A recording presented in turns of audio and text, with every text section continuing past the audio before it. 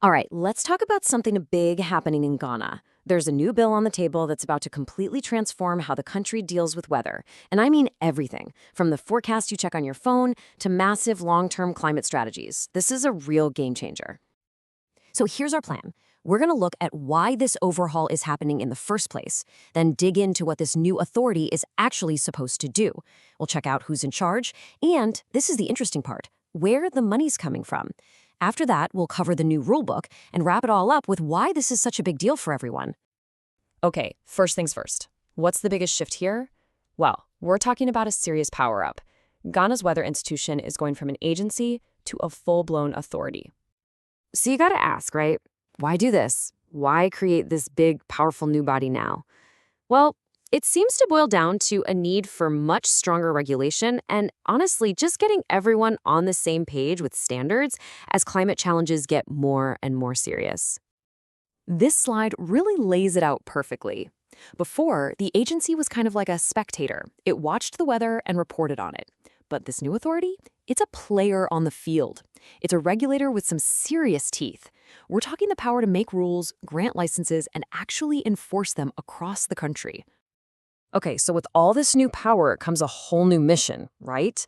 Let's take a look at what this authority will actually be doing day to day. Basically, this bill sets up the new authority as the one and only final say on anything and everything related to weather in Ghana. Their job is to make sure every single piece of meteorological information, whether it's on your phone or used for landing a plane, is up to snuff and meets global standards. And yeah, their duties go way beyond just telling you if it's going to rain. Look at this. They become the sole authority to approve new weather stations. That's huge. It means no one else can just set up shop. This is all about creating one unified, standardized system for the entire nation. It's a massive consolidation of power, and that's really a core idea of this whole bill. So you've got this big mandate, but who's actually going to be steering the ship? Let's peel back the curtain and see who's calling the shots in this new chain of command. So if you look at the board, it's a real mix of important voices. You've got people from government ministries, sure, but also from industry, engineering bodies, and scientific and academic institutions. The idea here is pretty smart. Get all the key experts, the scientists, the engineers, the policymakers, all in the same room to make these big decisions. And check this out, this is a really big deal. The Director General isn't just a local boss. They are now going to be Ghana's permanent representative to the World Meteorological Organization. That's a huge step up. It gives Ghana a much bigger, more formal voice on the world stage when it comes to weather and climate. Okay, so you've got power, you've got a mission, but none of that works without money. So let's do what we always do and follow the money. And this is where things get really interesting, because the bill sets up some very creative ways to fund this whole operation. So, they're creating something called the National Meteorological Fund. The logic here is simple. Instead of just hoping for money from the national budget each year, this fund creates a dedicated, protected pot of cash. It's designed to be a stable, reliable source of income drawn from the very industries that need this data the most. And where does that money come from? Well, a big chunk comes straight from the aviation industry. A full 10% of all aircraft landing and overflight fees in Ghana will go directly into this fund. It's a classic user pays model. The airlines that rely on top-notch weather data are helping to pay for it. The energy sector is also chipping in. For every barrel of crude oil produced, 3% goes to the fund. And that makes total sense, right? If you're running a multi-billion-dollar oil rig offshore, you absolutely need the best possible weather and sea state forecasts. And it goes even further. 1% of the cost of all major construction projects is also getting funneled into this fund. Think about that.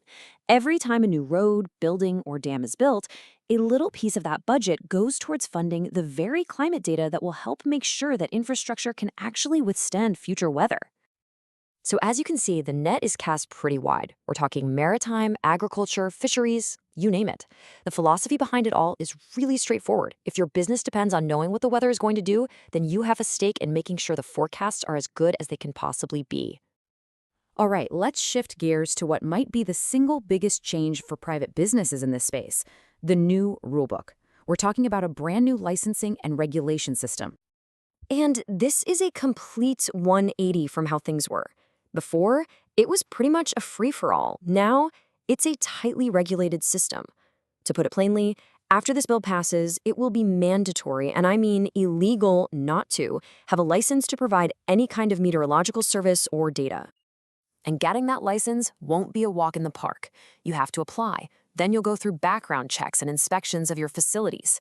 If you pass all that, you get a license, but only for 1 year. You have to renew it annually, which is the government's way of making sure everyone stays on their toes and keeps meeting the national standard. Okay, so we've covered the what, the who, and the how. Now for the most important question. So what? Why does any of this matter to the average person or to the country's key industries? Let's look at the real-world forecast. First up, and this is a big one, safer travel. For anyone who gets on a plane or works in shipping, this means there will be a single, high-quality standard for weather forecasting that's backed by the force of law. The goal is simple: make travel by air and sea safer for everyone. Then there's the food on our tables. By focusing on agriculture, this bill aims to give farmers the exact information they need: when to plant, how much to irrigate, and when to brace for a drought. This could have a massive, direct impact on how much food is grown and, of course, on farmers' livelihoods. And you can really see the long-term thinking here. By weaving climate data into the very DNA of the construction industry, the goal is to climate-proof the country's future. It's about making sure the roads, dams, and buildings we build today are still standing strong tomorrow, no matter what the weather throws at them. So that brings us full circle. This bill is without a doubt an ambitious blueprint for the future. It creates a powerful new body with a dedicated stream of funding. But as with anything this big, the real test will be in the execution. So the question remains, can this new authority truly change Ghana's forecast for the future?